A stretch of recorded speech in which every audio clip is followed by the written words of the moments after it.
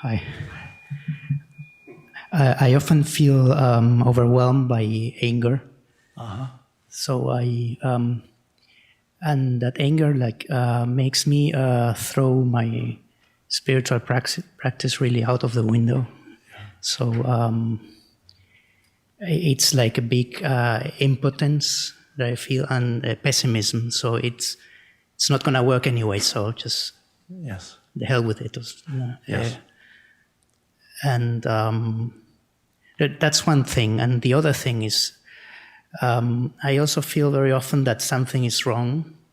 So I need to take some action to correct something that probably is just imaginary. So it's unreal. So there is no action needed, most probably, but I have to do something about it. So, and I get carried away by that. For example, right now I feel my heart beat very strongly. And I guess there's no reason for that, but... well, you're doing public speaking right now, so maybe that's why. And that's fine. You acknowledge that the heart is beating, and you let that be.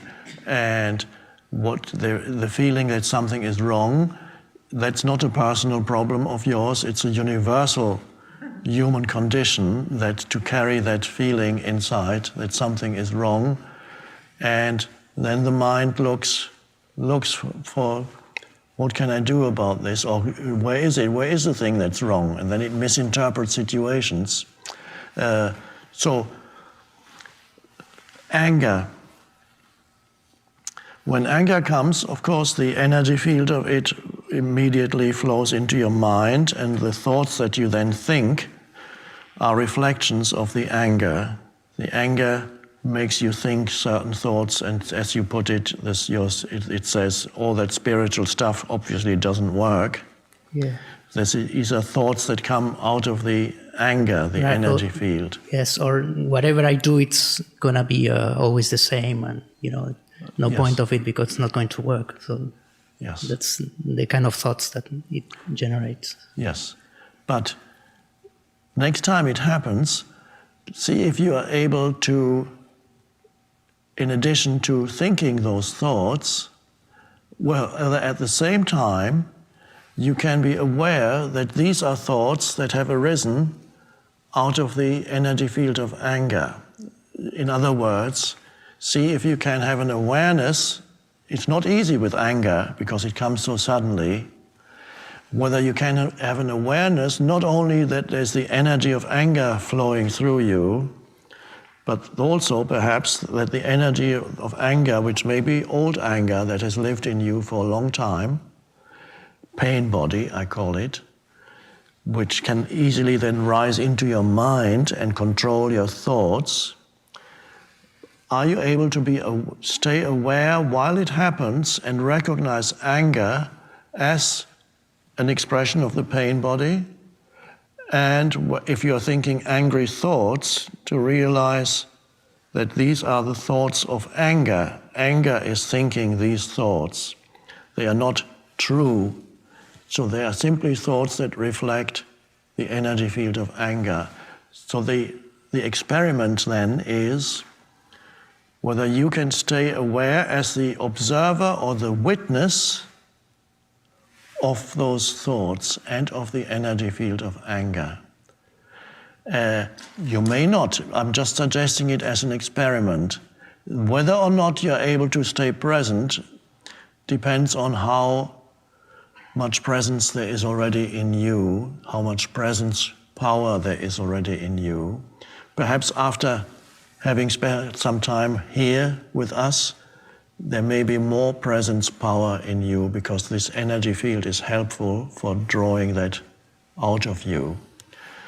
Once you're there as the witness, then changes begin to happen. You don't even have to do anything.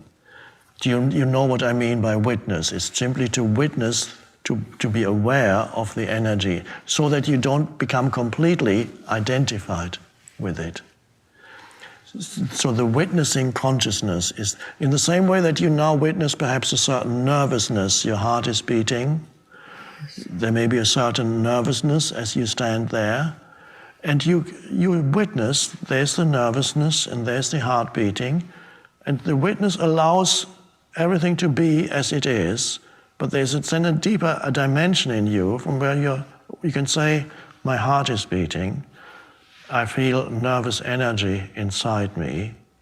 These are still verbalizations, but beyond the verbalization, there's the ability to simply see it, so to speak.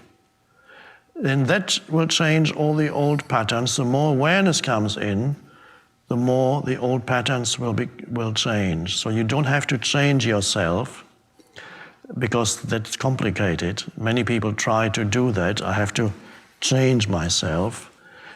The most powerful, the real change comes with becoming aware of whatever is happening inside you, so that the anger is no longer you, the anger is anger, and you are the awareness.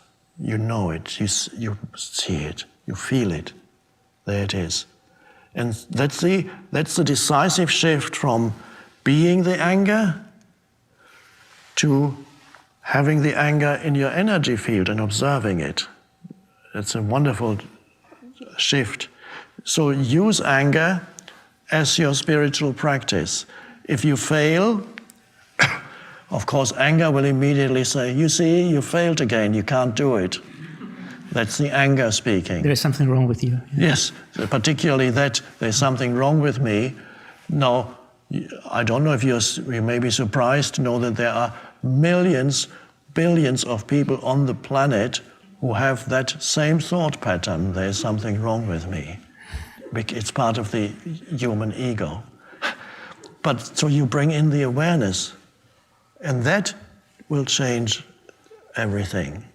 That's the only true key. If you fail, next time the anger arises, what happens, you will become aware immediately after the anger has subsided. And then, oh, there it was, and I wasn't present. And then the moment will come when you are there in the first, if you can catch the anger the first moment it comes, or if you might even see that it could be the result of a thought that creates the anger, and if you can be there in the first moment before it becomes the fully blown anger, then you can stay there, and it might not even become fully blown anger if you catch it the first moment. You can feel the first stirrings of anger. You may only have 3 seconds. It may come very quickly. Anger is like an explosive energy. You may only have 2, 3, 4, 5 seconds to stay there with your awareness and feel it. Oh, it's coming. There it is. That's the pain body, the angry pain body coming. And if you catch it in the early stage, don't suppress it. By catch it, I mean feel it, be there as a witness. Then you can stay, even as it grows, the witness grows with it. It may not even grow. We'll have to see whether it still grows into full-blown anger or not. That doesn't matter. And so you be thankful for your anger, because the anger can become a very important spiritual practice for you, because through it, awareness can grow. So it's sometimes strange for people to see you can be thankful for things that you think are the most difficult obstacles in your life, but they can become your greatest opportunity for spiritual awakening. Use it as part of your practice. Yeah, I think the most difficult thing to deal with is impotence, when you feel it's not going to work. Yes, you feel powerlessness. Yes, like deep pessimism. It's not going to work. It's not. Yes. You're about to fail. Yes. And you have to recognize that these are thought forms. They are thoughts that arise in your mind. And when you're aware, you don't need to believe in every thought that arises. You don't no longer, and that's an enormous freedom. You recognize it as a thought that comes from anger, not the truth. It's a thought form that comes from anger, the pain body. And if a thought comes from anger, it's not the truth, it's a distortion. Recognize it and you say, oh, there's another thought form that says something negative, that there's nothing you can do, you might as well give up. Whatever thoughts come, recognize that it's a thought form. Do you see how important that is? Well, perhaps we will meet again in a year's time, and it's always interesting to see how things have evolved as you practice now. What happened to you as you bring awareness into the anger, see what happens to it a year later. Thank you. We need to finish now. Thank you. Wonderful.